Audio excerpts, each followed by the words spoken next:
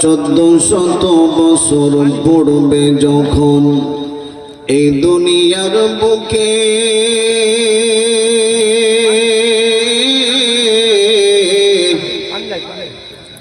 আল্লাহর নাম ইসলাম নাম ছিল না কোথাও, কোন মানুষের মুখে। মন্দিরে শুধু বাজিত ঘন্টা, ছিল না আযান ধ্বনি।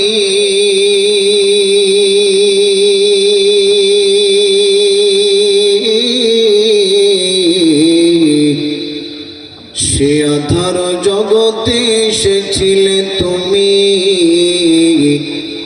ওগো মুহাম্মদ নবী।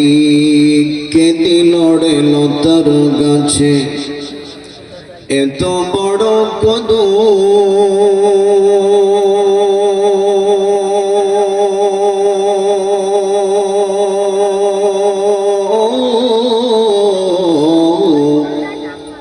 কাড়িয়া দেশে মৌমাছিরা মৌচাকে দেই মধু। শিমুল গাছে কেঁদে লড়ে নরম নরম তুলা,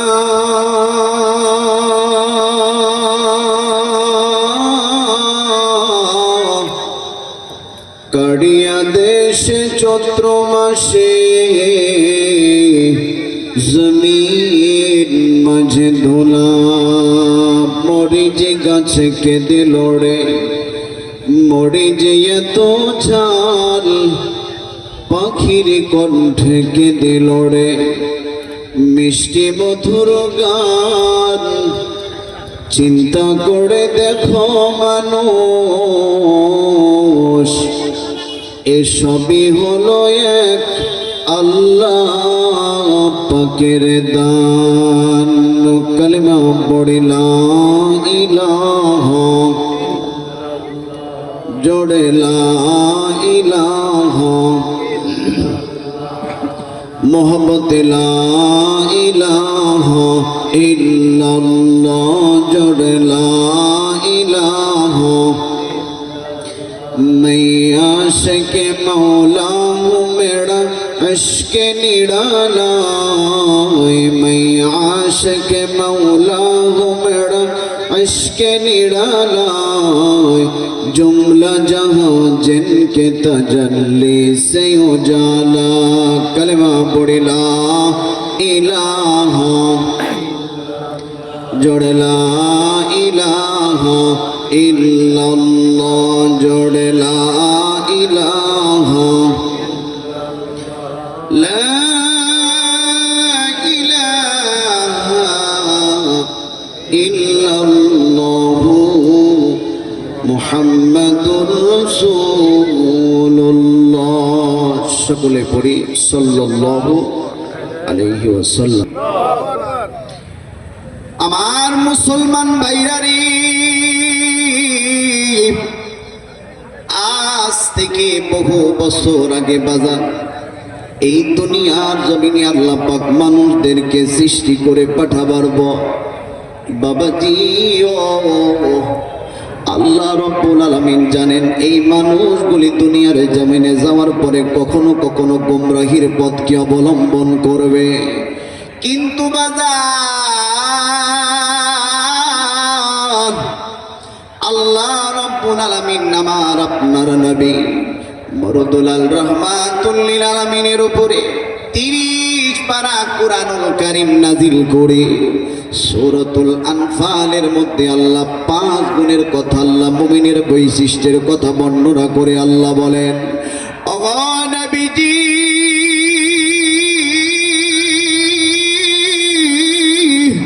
तमाम পৃথিবীর মানুষদেরকে আমি আল্লাহ পাকের পক্ষ থেকে জানিয়ে দেন গো নবী, ও গো নবীজি এই 5টা গুণ যেই মানুষগুলোর মধ্যে থাকবে ওই মানুষগুলি কি আমি আল্লাহ উলাইকা হুমুল মুমিনুনা হাক্কা, সত্যবাদী ঈমানদার বলে আমি আল্লাহ ঘোষণা দিলাম।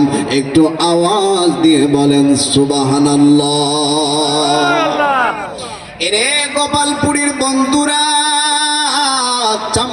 থেকে আগত সমাগত ভিন্ন ভিন্ন এলাকা থেকে আগত আমার যুবক ভাইরা, বাজান রে, আমি লম্বা চওড়া করে আলোচনা করব না। আল্লাহ রাব্বুল আলামিন পাঁচটা গুণের কথা আল্লাহ বর্ণনা করার পরে এই 5 গুণওয়ালা মানুষদেরকে আল্লাহ পাক সত্যিকারের ইমানদার বলে ঘোষণা দিয়ে আল্লাহ বলেন, এই মানুষদেরকে আমি আল্লাহ পাক তিনটা পুরস্কার দান করব। 1 নম্বরে আল্লাহ বলেন, লাহুম দারাজাতুন ইনদা রাব্বিহিম, আমি আমার পক্ষ থেকে তাদের দারাজাতকে বাড়াবো। তার মানে আল্লাহ পাক মৃত্যুর পরে এই 5 গুণওয়ালা মানুষদেরকে আল্লাহ পাক জান্নাত দিয়ে ধন্য করবেন। জোরে বলেন সুবহানাল্লাহ। 2 নাম্বার পুরস্কার আল্লাহ রাব্বুল আলামিন বলেন, নবী গো, तमाम পৃথিবীর মানুষদেরকে জানিয়ে দেন গো নবী, এই 5 গুণওয়ালা মানুষদেরকে আমি আল্লাহ পাক আরেকটা পুরস্কার দেব, অমাগফির। আমি জানি গো নবীজি, এই মানুষগুলো দুনিয়ার জমিনে যাওয়ার পরে গুনাহ করবে, পাপ করবে, গুনার সাগরে মানুষগুলি আবুডুবু খাবে গো। ও গো নবীজি, আমি কখনো এই মানুষদের কাছে কখনো মাস দেব, কখনো দামি দিন দেব, কখনো আমি আল্লাহ দামি রজনী দেব। ও গো নবীজি, যে রজনীর মূল্যটা কেমন হবে আল্লাহ বলেন, ইন্না আনজালনাহু ফি লাইলাতিল কদরি ওয়া মা আদরাকা মা লাইলাতুল কদর, লাইলাতুল কদরি খায়রুম মিন আলফি শাহর। আল্লাহ বললেন, নবীজি, এমন একটা রজনী এই মানুষদেরকে দেব গো নবী। ও নবী, এক রজনীতে ইবাদত করলে 1000 মাস ইবাদতের চেয়ে বেশি নেক আমল আমার বান্দা নামায় আমলে আমি আল্লাহ দান করব। জোরে বলেন সুবহানাল্লাহ।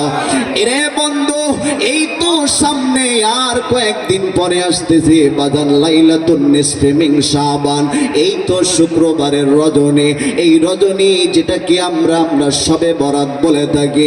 এই রজনীতে ইবাদত করলে আল্লাহর নৈকট্য হাসিল করা যায় বাজান। এরপরেই 15 দিন পরেই চলে আসবে রমজানুল মুবারক, যেই রজনীতে আল্লাহ অসংখ্য গণিত মানুষদেরকে আল্লাহ ক্ষমা করে দেবেন।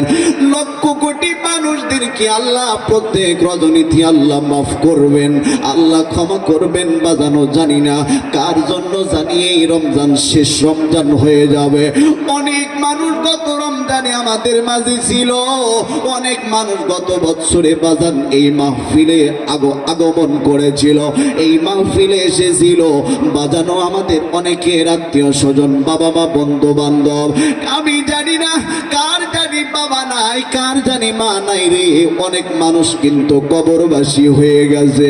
ও বাজান, আমি আপনিও কিন্তু জানি না কোন সময় জানি আমাদের কাছে মালাকুল মউত এসে হাজির হয়ে যাবে, আর এই প্রাণ পাখিটা বের হয়ে যাবে একটা গুনাহী কবিরা লইয়া। আমরা যদি ওই কবর জমিনে চইলা যাই, কবরের মাটি বাজান এক পাশের মাটিগুলো ছাপ দেবে, আর এক পাশের মধ্যে লেগে যাবে, হাড্ডিগুলি একাকার হয়ে যাবে। ও বাজান, ওই দিনের ভয় কি তোমার দিলে নাই? এখনো পর্যন্ত কারাগো এই জান্নাতের বাগানে আসতে পারলা না। এই গোপালপুর এই কবরস্থানে অনেকের আত্মীয় স্বজন, বন্ধু বান্ধব কবরবাসী হয়ে গেছে। ও বাজান, ও আমার কলিজার টুকরা যুবক ভাইরা, পায়ে হাত রেখে বলবো বাজান, অতি দ্রুত এই জান্নাতি বাগানে চলে আসো। কি গো, তোমার আত্মীয়, তোমার বন্ধু, তোমার মা, তোমার বাবা ওই কবর থেকে শুইয়া তোমাকে ডেকে ডেকে বলতেছে, সন্তান রে, নাতি রে, বাবা রে, ওই জান্নাতের বাগানে গেলি না? আমাদের জন্য একটু সওয়াব রিসানি করলি না? আমাদের জন্য একটু নেকামল করলি না? এরে বন্ধু, তুমি একদিন এই দুনিয়ার জমিন ছেড়ে চলে যাইবা বাজান। মনে রাখো, আরবিতে একটা প্রবাদ আছে, কামাতা দিন তুদানো, যেমন কলম তেমন ফল হয়ে যাবে। আজকে জান্নাতি ময়দানে তুমি যদি না আসো বাজান, তোমার সন্তানগুলিও কিন্তু তোমার জন্য একটু দোয়া করবে না। কথা বলেন ঠিক কিনা? আমার মুসলমান ভাইরাই, আল্লাহ রাব্বুল আলামিন 2 নাম্বার এই 5 গুণওয়ালা মানুষদেরকে আল্লাহ পুরস্কার দিবেন। আল্লাহ বলেন ওয়া মাগফির, আমি আল্লাহ এদেরকে ক্ষমা করব। আর আমি আল্লাহ ক্ষমা করার জন্যই কখনো বিশেষ রজনী দেব, কখনো বিশেষ মাস দেব। এইগুলোতে আমার বান্দা যদি কাজে লাগাইতে পারে, নেক আমলের যদি পাহাড় গড়তে পারে, নেক আমলের পাল্লা যদি ভারী করতে পারি, আমি আল্লাহ জানিয়ে দিলাম ও মাগফিরা, ওই মানুষদেরকে আমি আল্লাহ রাব্বুল আলামিন ক্ষমা করে দেব। আল্লাহু আকবার। 2 নাম্বার বললাম বাজান, 3 নাম্বারে আল্লাহ পাক এই 5 গুণওয়ালা মানুষদেরকে 3 নাম্বারে পুরস্কার দিবেন। আল্লাহ বলেন ওয়া রিজকু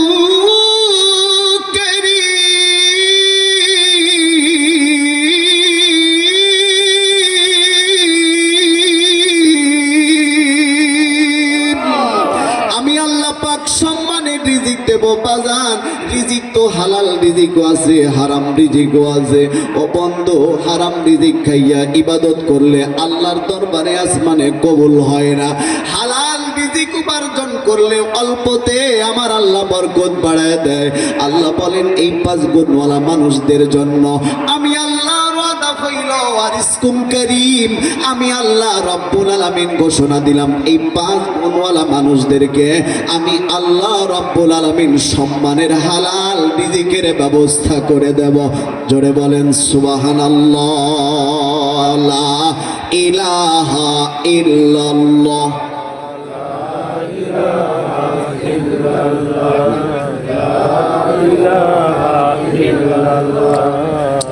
জোরে লা ইলাহা মুহাম্মদ, লা ইলাহা, লা ইলাহা ইল্লাল্লাহ মুহাম্মাদুর রাসূলুল্লাহ সাল্লাল্লাহু আলাইহি ওয়াসাল্লাম। সম্মানিত উপস্থিতি, আপনাদের কি ঘুম পেয়ে গেছে? শীত তো বেশি নাই, রাতও তো বেশি হয় নাই। মুসলমান ইমানদার, তার দিলে যদি কোরআন থাকে, তার মধ্যে যদি ইসলাম থাকে, ইসলামের জন্য, কোরআনের জন্য আমরা একটা রাত্রকে কি আমরা আল্লাহর জন্য দিতে পারি না? কারা কারা দিতে পারি দেখি, 2 হাত উঁচু করে আল্লাহকে দেখাই। লিল্লাহে তাকবীর, নারায়ে তাকবীর। কোরআন সুন্নাহ যেখানে, আলেম উলামা যেখানে, ইসলাম আছে যেখানে, গান বাজনা যেখানে, নাটক সিনেমা যেখানে, নারায়ে তাকবীর। হাত নামান। বোঝা যাচ্ছে আপনাদের মধ্যে কোরআনের জজবা আছে। কথা বলেন ঠিক কিনা? ইসলামের জন্য মুসলমান, কোরআনের জন্য, দ্বীনের জন্য মুসলমান তো কোনো বাতিলকে ভয় করে না। কারণ আল্লাহ বলেন ওয়ালা তাহিনু ওয়ালা তাহজানু ওয়া আনতুমুল আলাউনা ইন কুনতুম মুমিনিন। আরে মুসলমান ভয় পাবে কেবলমাত্র কাকে? আরো জোরে বলেন, কাকে ভয় পাবে? আল্লাহ বলেন তোমাদের বিজয় আমি দান করব, কিন্তু একটা শর্ত আছে, ইন কুনতুম মুমিনিন, প্রকৃত ঈমানদার হতে হবে। কথা বলেন ঠিক কিনা? আর ওই প্রকৃত ঈমানদার হওয়ার জন্য কয় গুণাবলীর কথা আল্লাহ সূরা আনফালে বলছেন? কথা বলেন, কথা বলেন, কয় গুণাবলী? 5 গুণাবলী। 1 নাম্বার গুণাবলীর কথা আল্লাহ পাক বলেন,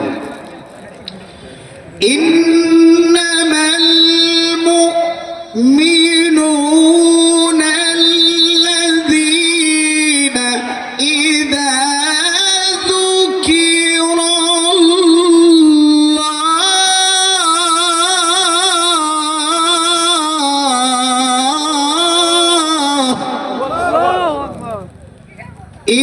ইন্নামাল মুমিনুনা আল্লাযীনা ইযা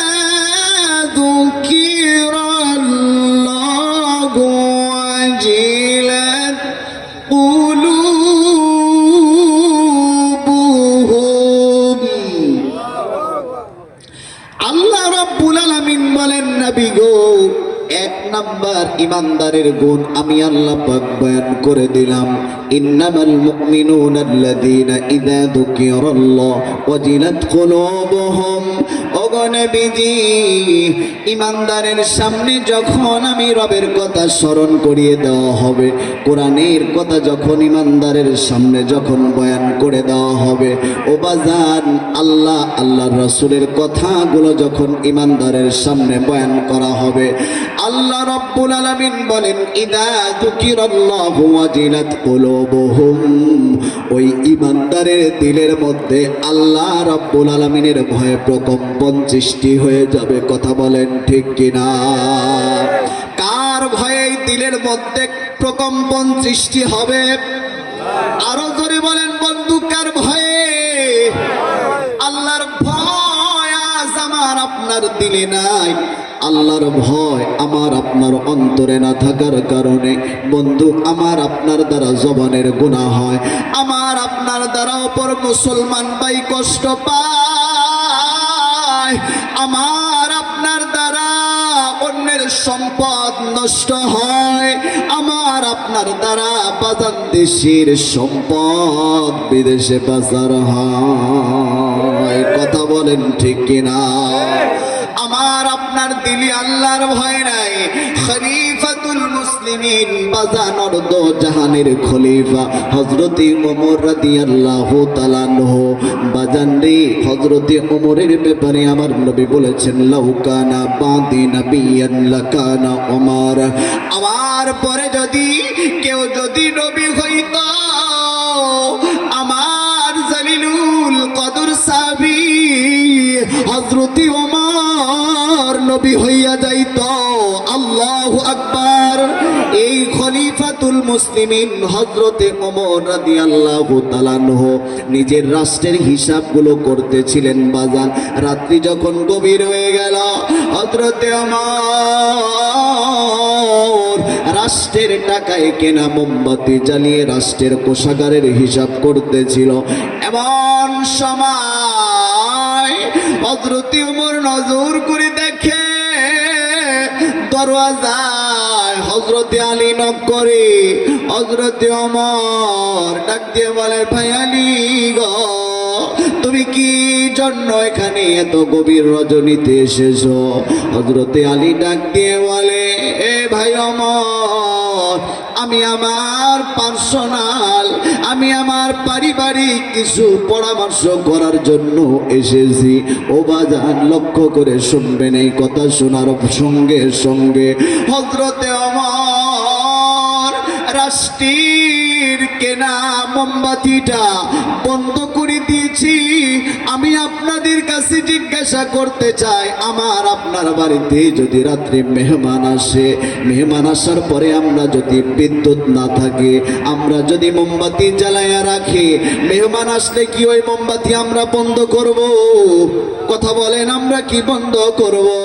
হযরতে ওমর বাতি যখন নিভিয়ে দেয়, হযরতে ওমর কি ডাক দিয়ে হযরতে আলী বলে, বাইরে, আমি তোমার কাছে আসলাম আমার পরিবারের কিছু পরামর্শ করার জন্য, কিন্তু ও ভাই ওমর, তুমি আমাদেরকে দেখার পর তুমি কি জন্য, তুমি কোন কারণে এই মোমবাতিটা নিভাইয়া দিলা?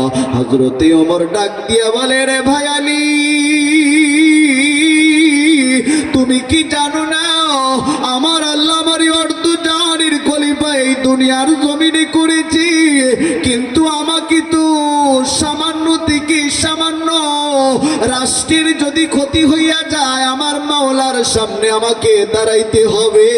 ও ভাই আলী, আমি আমার রাষ্ট্রের হিসাব করতেছিলাম, তুমি যখন তোমার পারিবারিক কোনো পরামর্শ করার জন্য এসেছ, রাষ্ট্রের টাকায় কেনা এই মোমবাতি দিয়া আমি তোমার সঙ্গে পারিবারিক আলাপ করতে রাজি নাই। আল্লাহু আকবার। হযরতে ওমরের কথা শোনার পর হযরতে আলী রাদিয়াল্লাহু তাআলা আনহু আশ্চর্যান্বিত হয়ে গেছে। এরে মুসলমান বন্ধু, আমি শুধু বুঝাইতে যাচ্ছি আল্লাহর ভয় কি পরিমাণ দিলের মধ্যে থাকে। থাকলে, একজন ইমানদার মধ্যে তাকওয়া কি পরিমাণ থাকলে একজন ইমানদার সকল প্রকার গুনাহকে ছাড়তে পারে। কিন্তু বাদান হযরত ওমর তো খলিফা ছিল, আর আমার দেশেও তো খলিফা আছে, কিন্তু আমার দেশের খলিফা লক্ষ লক্ষ কোটি কোটি বিলিয়ন বিলিয়ন টাকা ঋণের পাহাড় জনগণের উপরে চাপায়া দাদা বাবুর দেশে চইলা যায়। কথা বলেন ঠিক না? এরা যদিও নিজেদেরকে রাষ্ট্রের মধ্যে নিজেদেরকে যদিও পরিচয় দেয় আমি মুসলমান, আমি একজন তাহাজ্জুদ গুজারি বইলা, আল্লাহ বলেন এরা তো তাহাজ্জুদ গুজারি নয়, আমি আল্লাহ বললাম এরা হলো টাটকা মুনাফিক। কথা বলেন ঠিক না? এই মুনাফিকদের স্থানটা কোথায় হবে? আল্লাহ কুরআনুল কারীমে সেই কথাগুলো আল্লাহ বয়ান করেছেন। আল্লাহ বলেন ইন্নাল মুনাফিকিনা ফি দারকিল আসফালি মিনান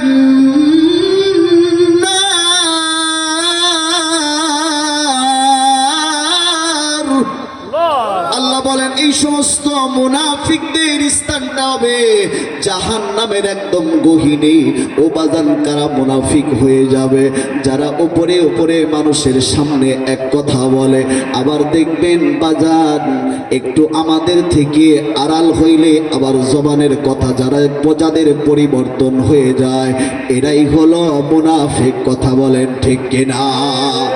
যারা একদিকে ওলামায়ে কেরামের সাথে হাত মিলায়, আবার অপর দিকে ওলামায়ে কেরামের উপরে জুলুম নির্যাতন করে, যারা আল্লামা দিলওয়ার হোসেন সাঈদীর মতো আলেমকে দুনিয়া থেকে যারা বিদায় করতে পারে, এরাই হলো এই পৃথিবীর জমিনে সবচেয়ে বড় মুনাফিক।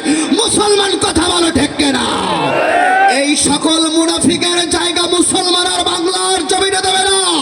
আগামীর বাংলাদেশ হবে ইসলামের বাংলাদেশ, আগামীর বাংলাদেশ হবে কোরআনের বাংলাদেশ, আগামীর বাংলাদেশ হবে টুপিওয়ালা দাড়িওয়ালা ইসলাম ওয়ালাদের বাংলাদেশ।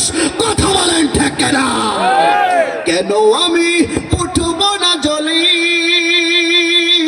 ইমানের বারুদ এই অন্তরে ভরা? ঠিক না? কেন আমি উঠব না জ্বলি ইমানের বারুদ এই অন্তরে ভরা? আহাজারি চারিদিকে যাই শোনা যায়, আহাজারি চারিদিকে যাই শোনা যায়, মাজলুম শান্তির লাগি দিশেহারা। বিপ্লব মানে জীবন দেয়া বসে থাকা নয়, সে কোনো দিন আসবে না রে করো যদি ভয়। বিপ্লব মানে জীবন দেয়া বসে থাকা নয়, সে কোনো দিন আসবে না রে করো যদি ভয়। ঠিক না? আসবে বিজয় রক্ত আর জীবনের বিনিময়, আসবে বিজয় রক্ত আর জীবনের বিনিময়। বিপ্লব মানে জীবন দেয়া বসে থাকা নয়, সে কোনো দিন আসবে না রে করো যদি ভয়। বলেন না, বিপ্লব মানে জীবন দেয়া বসে থাকা নয়, সে কোনো দিন আসবে না রে করো যদি।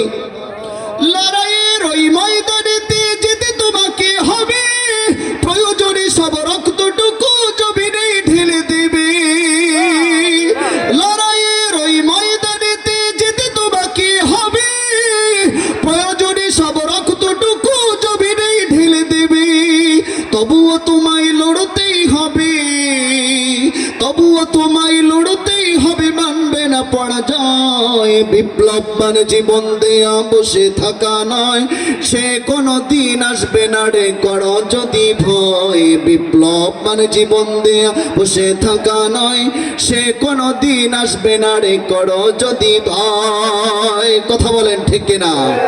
বিপ্লব এইটা এমনিতেই আসবে না, ইসলাম নামক বৃক্ষের গোড়ায় রক্ত ঢালতে হবে মুসলমান। কথা বলেন ঠিক কিনা? রক্তের বিনিময়ে আমরা এই স্বাধীন বাংলা পেয়েছি। এই স্বাধীন বাংলাদেশে আমরা পরাধীন থাকতে চাই না। এই স্বাধীন বাংলায় কোরআনের আওয়াজকে আমরা গোটা পৃথিবীতে গোটা বাংলার জমিনের এলাকা অঞ্চলে থানায় রাষ্ট্রের সকল জায়গায় এই কোরআনের এই আওয়াজকে আমরা বুক ফুলিয়ে কাউকে আর ভয় করে নয়, কেবলমাত্র আল্লাহকে ভয় করে আমরা সকলের কাছে পৌঁছাইতে চাই। আর এই কোরআনের আওয়াজকে যারা বন্ধ করতে আসবে আগামীতে আর কাউকেই ছাড় দেবে না। মুসলমান কথা বলেন ঠিক কিনা? তাইলে যে কথাটা বলতেছিলাম মনে আছে কিনা? 1 নাম্বার গুণ, মুমিনের 1 নাম্বার গুণ, কার ভয় থাকতে হবে অন্তরে? আরো জোরে বলেন, কার ভয়? আল্লাহর ভয়। যখন এই দিলের মধ্যে থাকবে তখন আল্লাহর কথা শুনলে, কোরআনের কথা শুনলে মুমিনের দিলের মধ্যে প্রকম্পন সৃষ্টি হয়ে যাবে, ভয় সৃষ্টি হয়ে যাবে।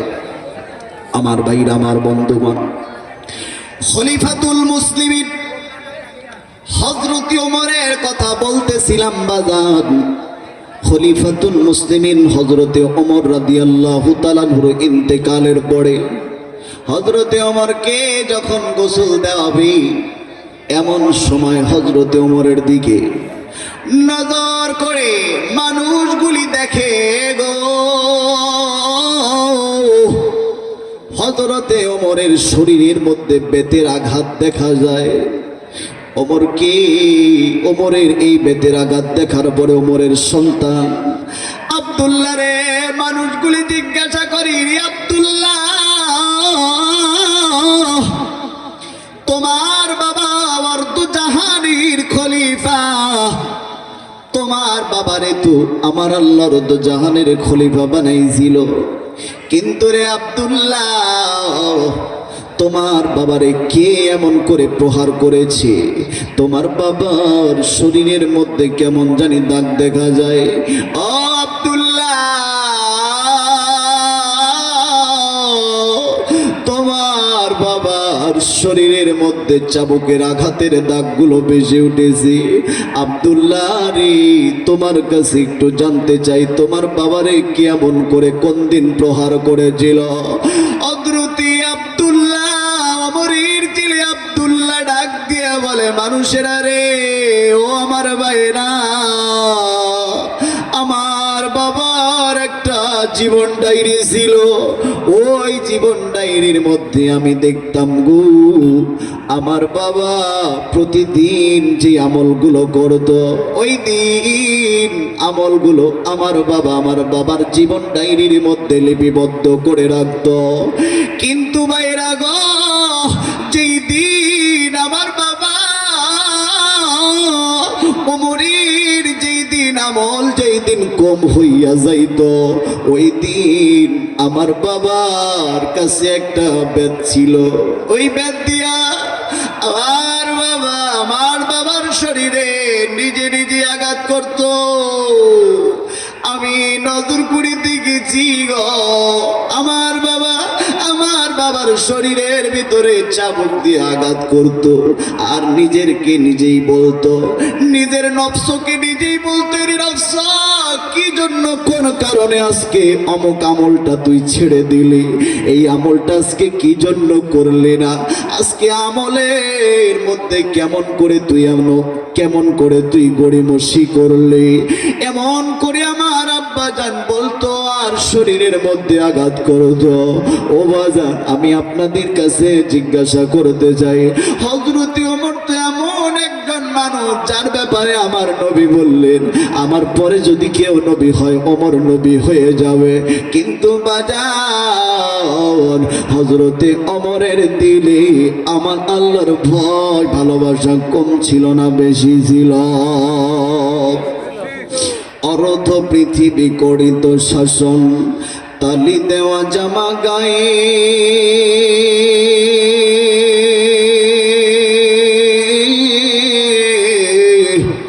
আটার বস্তা পিঠে করে নিয়া সে দিল দোস্ত মায়ে। আহা, আজ কোথায় গেল সে মানব দরদি তাওহীদি সন্তান?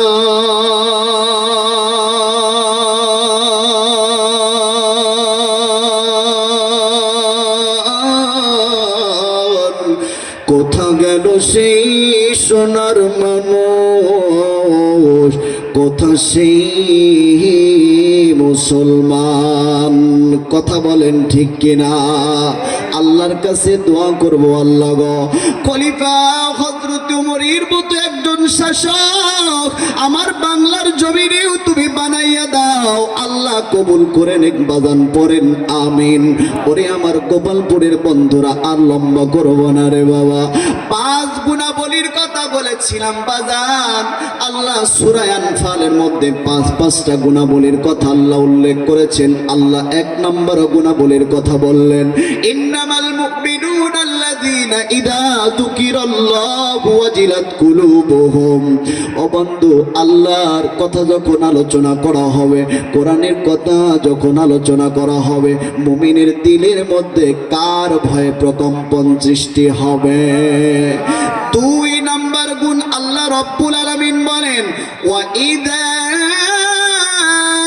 তুলিয়াত আলাইহিম আয়াতুহু যাদাতুহুম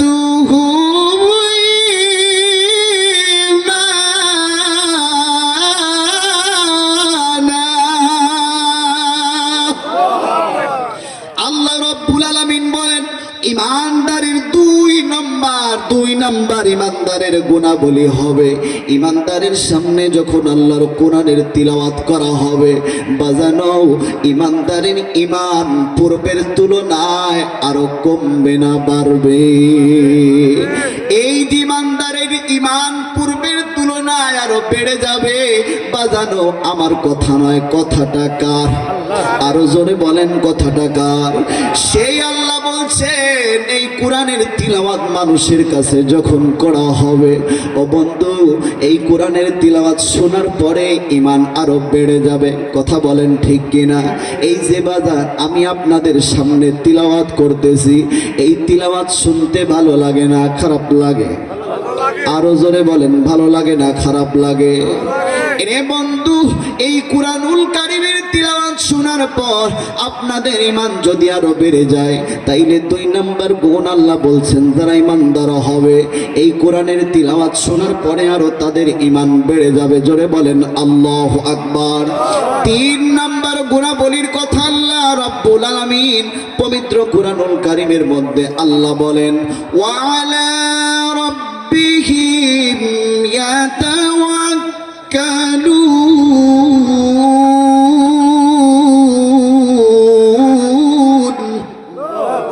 আল্লাহ রাব্বুল আলামিন বলেন, এই 3 নম্বর গুণ যারা এই 2 গুণ অর্জন করে ফেললো, এবার এই মানুষগুলি দুনিয়ার কোন মানুষের উপরে, কোন তন্ত্র মন্ত্রের উপরে আর মানুষ ভরসা করবে না, কেবলমাত্র শুধুমাত্র কার উপরে ভরসা করবে?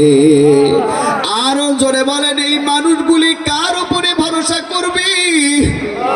আল্লাহর উপরে ভরসা করবে।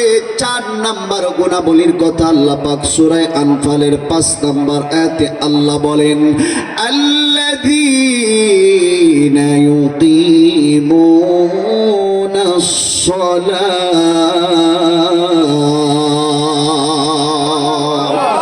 এই মানুষগুলি তখন নামাজ প্রতিষ্ঠা করবে, নামাজ আদায় করবে। বাজানো ও আমার গোপালপুরবাসী, মানুষগুলির কর্ণ কুহুরে যখন আজানের ধ্বনি যখন ভেসে আসবে, মুয়াজ্জিন সাহেব যখন ফজরের নামাজে যখন ঘোষণা দিয়ে দিবে, আসসালাতু খায়রুম মিনান নাওম,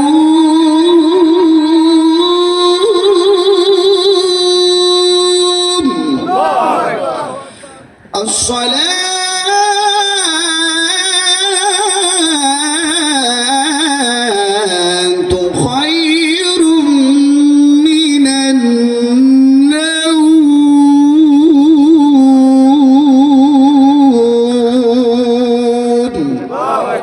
ঘুম হইতে নামাজ, কথা বলেন, ঘুম হইতে নামাজ উত্তম। কিন্তু এই শীতের মধ্যে যখন নামাজের আজান মুয়াজ্জিন সাহেব দেয়, যুবক ভাইরা আরো ল্যাপটাকে কম্বলটাকে আরো মাথার উপরে ভালো করে দিয়ে আমরা ঘুমাই। কথা বলেন ঠিক কিনা?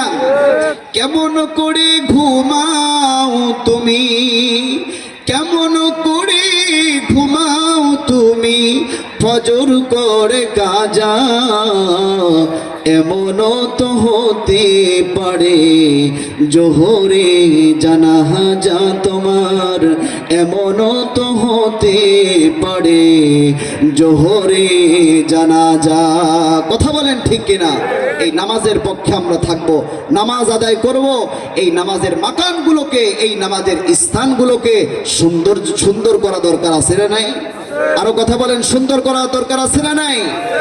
4 নম্বর গুণের কথা আল্লাহ বলেন, আল্লাযীনা ইউকিমুনাস সালাহ, যারা প্রকৃত ইমানদার যারা হয়ে যাবে, এই মানুষগুলি নামাজ আদায় করবে, এই নামাজ যারা প্রতিষ্ঠা করবে, এই মানুষগুলির আবার 5 নাম্বার গুণাগুণ, ইমানদারের বাদান 5 নাম্বার গুণাগুণ আল্লাহ পাক বর্ণনা করেন। আল্লাহ বলেন, ওয়ামিম্মা রাযাকনাহুম ইউনফিকুন।